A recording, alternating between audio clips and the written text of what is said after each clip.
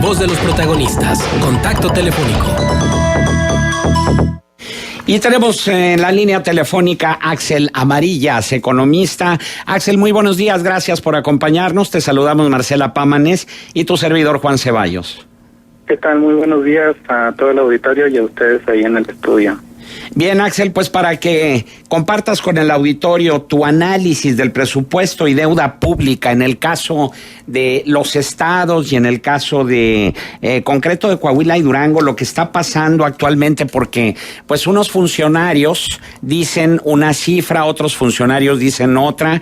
En el caso particular de Durango, bueno, pues Cristina Díaz, la ex tesorera estatal, habría dicho que la deuda ascendería a 8,000 millones de pesos, la deuda que heredaría la anterior administración. Sin embargo, el nuevo tesorero estatal pues dice que asciende a más de 14,000 millones de pesos. En fin, cifras van, cifras vienen, pero nosotros como ciudadanos no tenemos una certeza. ¿Cuál es tu análisis al respecto, Axel?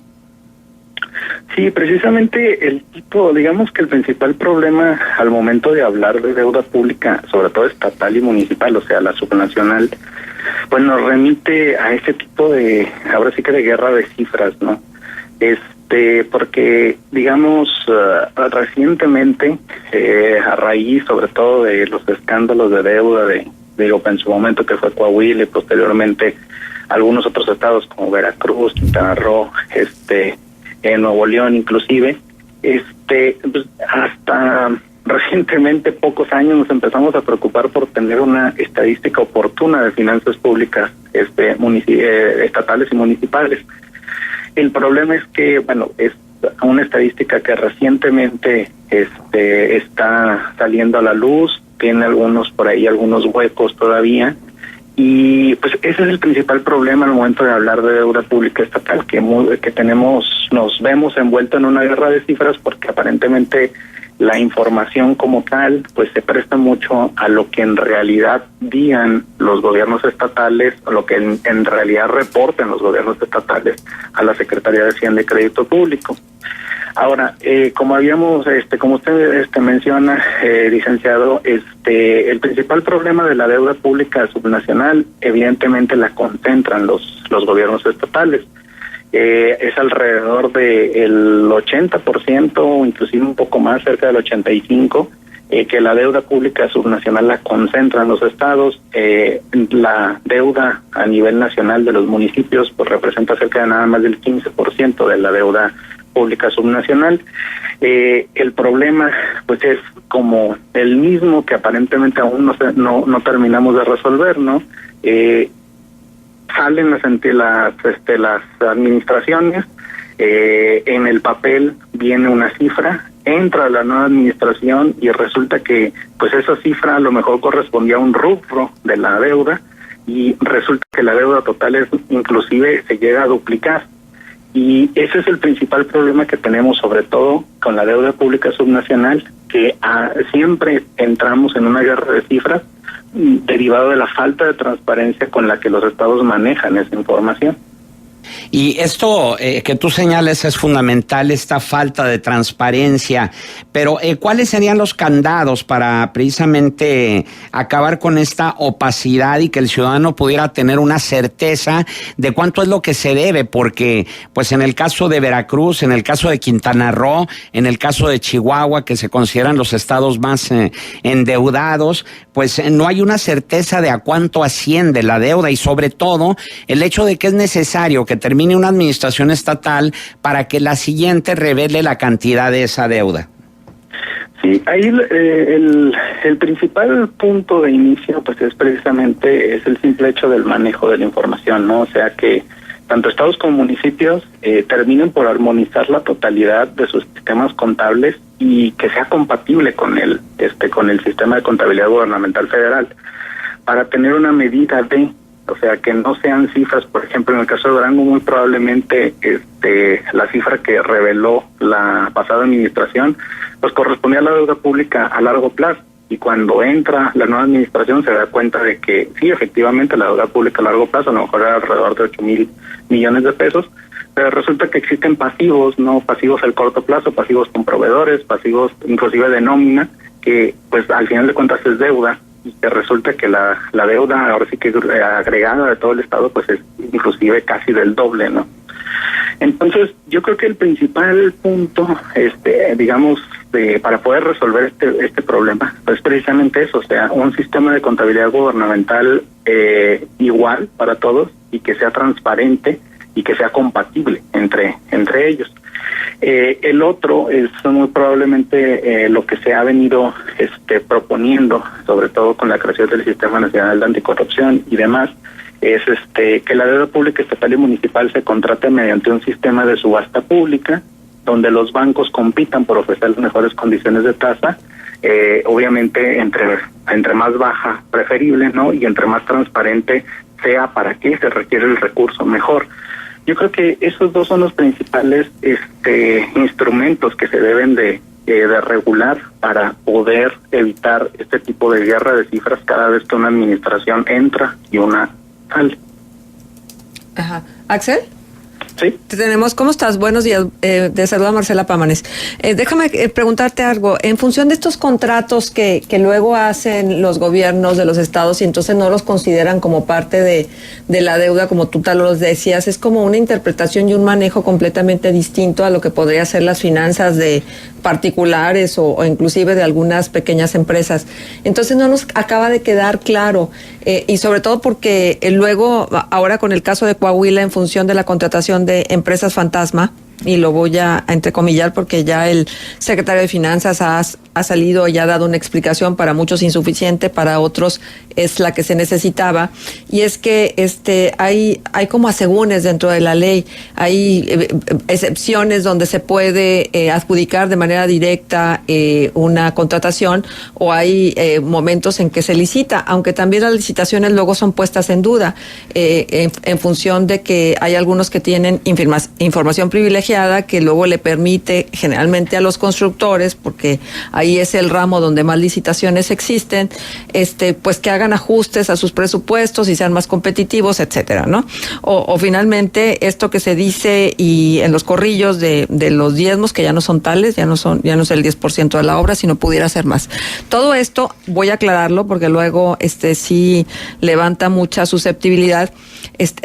Tiene que corroborarse, tiene que documentarse, tiene que comprobarse, pero ahí están. Hay algunos constructores que fuera de micrófono te lo dicen con todas sus letras, dicen, pero yo no me puedo exponer porque si lo hago, pues me voy a quedar fuera del mercado de la obra pública.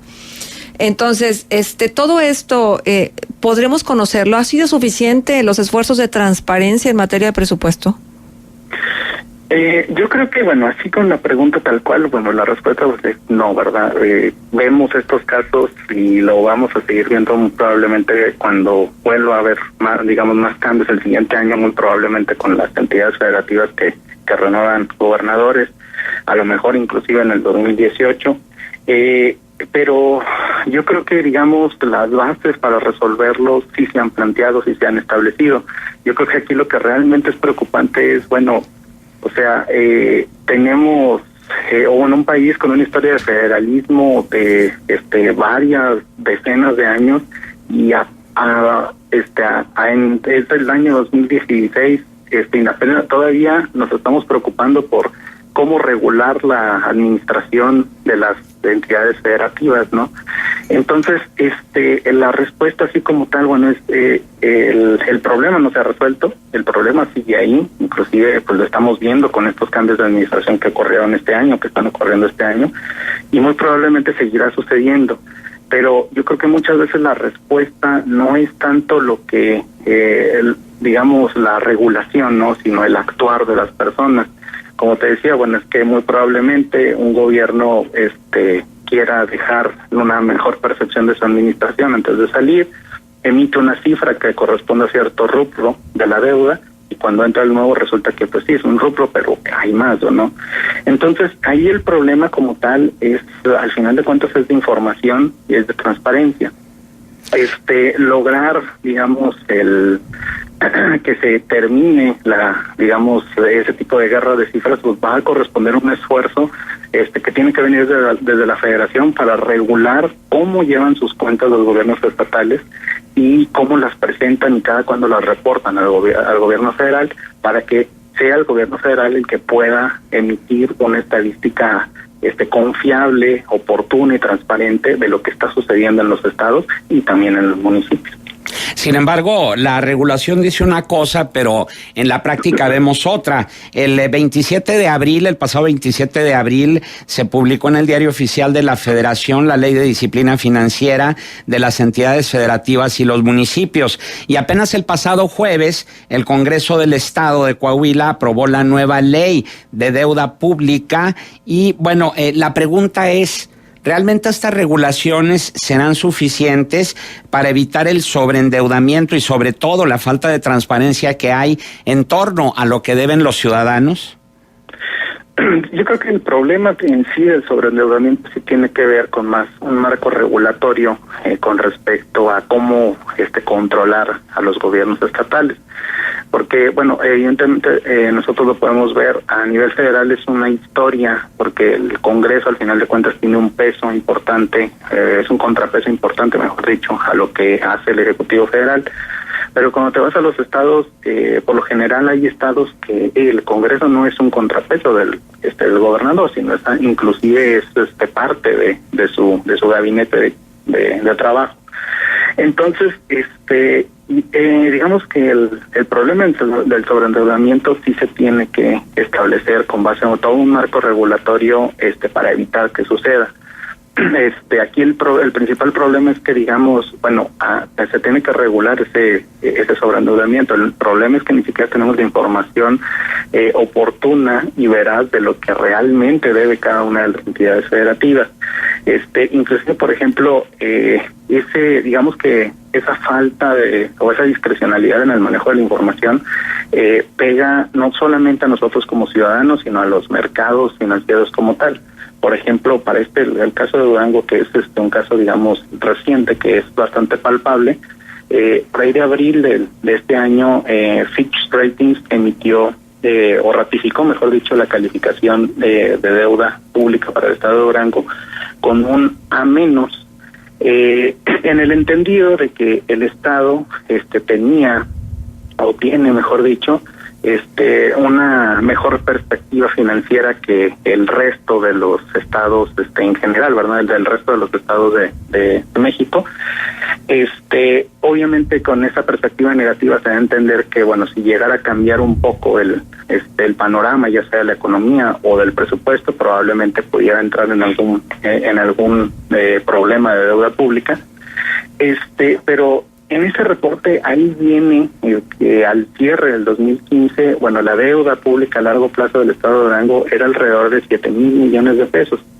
Y es precisamente lo que decimos, ¿no? O sea, la información que se maneja o cómo se maneja, pues resulta que no nada más nos afecta a nosotros como ciudadanos en el momento de entender o de darnos cuenta de cuánto realmente debe un gobierno estatal, sino que afecta a los mercados, porque una agencia calificadora ya emitió una calificación para una deuda. Muy probablemente los mercados ya tomaron la información en base a esta calificación, decidieron prestarle al gobierno del estado, y una vez que pasan algunos meses y nos damos cuenta de que la deuda no es de esa cantidad, entonces ahí pues lo que va a venir sucediendo es que muy probablemente existan movimientos en el mercado de dinero que afecten tanto al gobierno del estado de Durango como para próximos endeudamientos, como a nosotros como ciudadanos, porque va, digamos, a emigrar la posibilidad de inversión a otras entidades federativas que no presenten este comportamiento. Axel, te preguntaba lo anterior, precisamente hasta qué punto lo que dice la ley puede tener reflejo en la realidad, tanto por la nueva ley de disciplina financiera a las entidades, publicada el 27 de abril, como la nueva ley de deuda pública del estado de Coahuila, publicada apenas el pasado jueves, porque mira, de acuerdo con la fracción 8 del artículo 117 de la Constitución General de la República, establece que los estados y municipios podrán contratar obligaciones para cubrir sus necesidades de corto plazo sin rebasar los límites máximos y condiciones que establezca la ley general que expide el Congreso de la Unión. Y este artículo data de muchos años atrás y sin embargo nunca había sido respetado. Entonces, ¿qué garantiza esperanza que la nueva legislación sí vaya a ser respetada?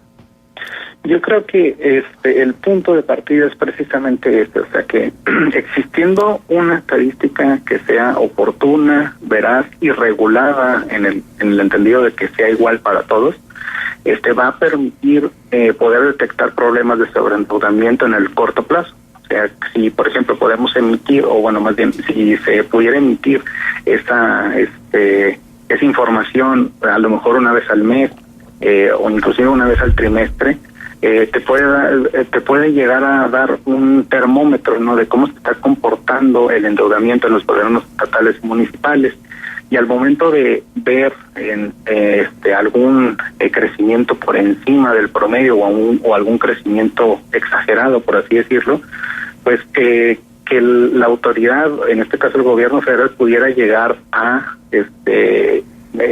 digamos, al menos en un principio, preguntar qué está pasando, ¿no?, en esta entidad federativa, y luego ya posteriormente, en caso de comprobarse que pudiera llegar a existir algún delito o alguna maniobra fuera del marco regulatorio, pues entonces ya castigar a los agentes.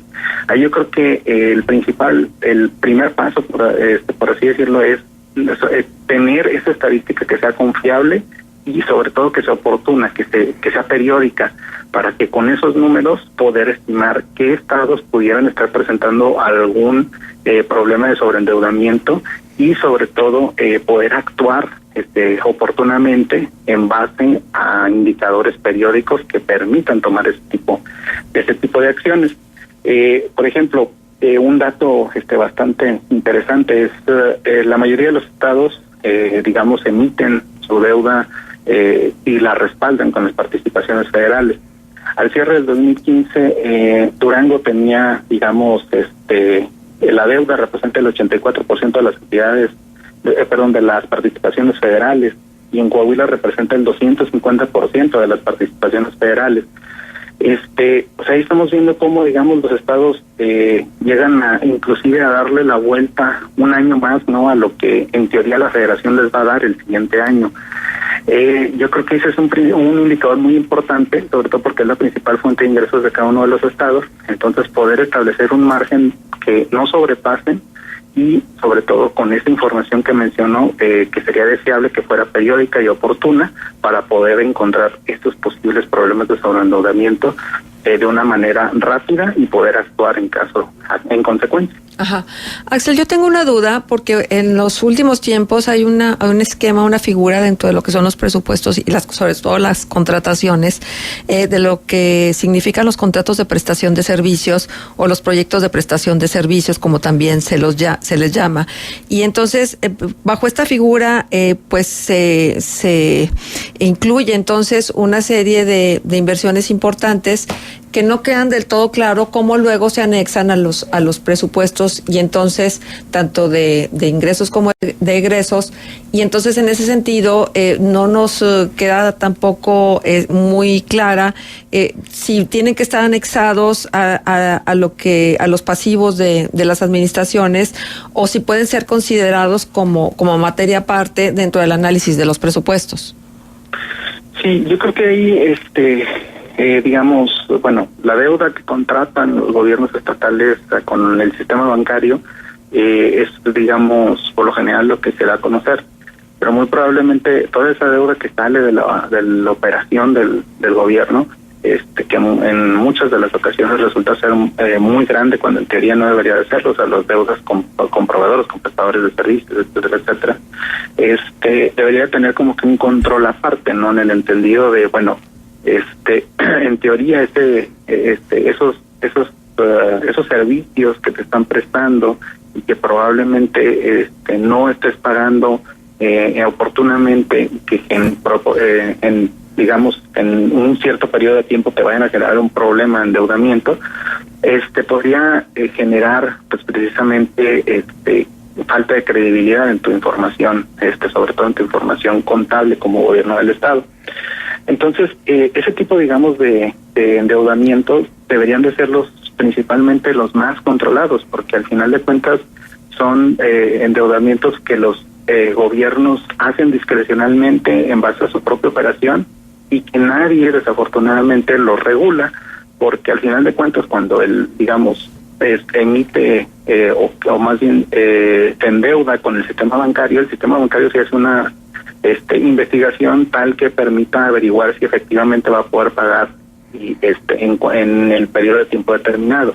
Ajá. En cambio, cuando son prestaciones de servicios, cuando son deudas con proveedores, pues muy probablemente los proveedores lo que quieran es digamos venderle una gran cantidad de servicios o de productos al gobierno del estado, y obviamente a lo mejor ellos no tengan esos instrumentos para verificar si efectivamente tiene la capacidad para liquidarles. Y ese es un problema muy grande, porque ese debería de ser el endeudamiento que debería de ser mayormente controlado, porque es el que más efecto tiene. Exacto. Sobre todo con los prestadores de bienes y de servicios de las economías locales. Al momento en el que el gobierno del estado no les puede pagar o se tarda mucho en pagarles, pues lleva inclusive a la quiebra de empresas que potencialmente generaban empleos y trabajo a cierto número de personas en el estado. Exacto. A ver, ¿qué te parece esta consideración de parte de nuestro radioescucha? Dice, un error es que para la capacidad de endeudamiento consideran la totalidad de ingresos de un ente de gobierno, cuando la mayor parte o parte importante de esos ingresos son para aplicación etiquetada, con lo que ahogan o limitan la liquidez de los mismos. Sí, exactamente. Ese tipo de, digamos, de estadísticas que reflejan, bueno, es que debemos a lo mejor el 80, el 60, el 40%, ¿no?, de los ingresos. Pues al final de cuentas te dan un parámetro, ¿no?, de poder entender que tan endeudado está un estado en comparación con otro. Pero sí, efectivamente deber, ese deber el 40% del ingreso no quiere decir que tenga la capacidad de pagarlo. Exacto. Porque muy probablemente existan compromisos, sobre todo hablando de la administración pública, la mayoría de los recursos ya están etiquetados para cierto rubro, y pues ahí es donde se vuelve, digamos, un problema de información, ¿no? Porque al final de cuentas esa estadística podría revelar una cosa cuando en realidad no sucede que tengas una muy buena capacidad. Exacto. De pago, porque resulta que tienes ya comprometidos la mayoría de tus ingresos. Entonces, yo creo que al final de cuentas esos números nos ayudan más en términos de comparación, pero ya el punto de, bueno, si efectivamente tiene la capacidad de pago o no, bueno, nos permite, eso más bien cabría en otro tipo de esquemas o en otro tipo de indicadores que nos permitieran regular este tipo de comportamiento. Oye, Axel, es como si un particular va y solicita un crédito a un banco y entonces da como garantía 3 casas hipotecadas, ¿sí? Y entonces sí, realmente no es que tenga esa capacidad de crédito, sino que está poniendo algo que ya está comprometido como aval del nuevo crédito que está solicitando. Sí, exactamente, y sobre todo eso sucede mucho con las participaciones federales, ¿no? Porque la mayoría de las participaciones federales ya llegan etiquetadas a los gobiernos de los estados. Entonces, digamos que ponen como respaldo un ingreso que ya tiene nombre, destino. Entonces, pues al final de cuentas no lo puedes utilizar para pagar esta deuda, y pues es como listo, o sea, es como ir a pedir un préstamo y ponerle garantía de las 3 casas hipotecadas con otras personas, ¿no? Claro, por supuesto. Pero se supone que con la nueva ley de deuda pública eso ya no podrá ser, ¿verdad? Sí, en teoría, sobre todo el problema de la información, pues podría ser regulado, y en teoría ese tipo de comportamientos de los gobiernos estatales y municipales digamos tendería a desaparecer, derivado de que estarían adentro de un marco regulatorio diferente, que precisamente no tuvieran, los gobiernos estatales y municipales no tuvieran ese poder discrecional para adquirir la deuda pública sin que alguien los esté vigilando. Exactamente. Sí, por eso precisamente decíamos se supone, porque como hemos dicho en otras ocasiones, para un buen cantante, un buen cerrajero. Axel Avarillas, economista, nuestro agradecimiento por tu participación aquí en Contextos. Muchas gracias a ustedes. Hasta luego. Hasta luego, gracias.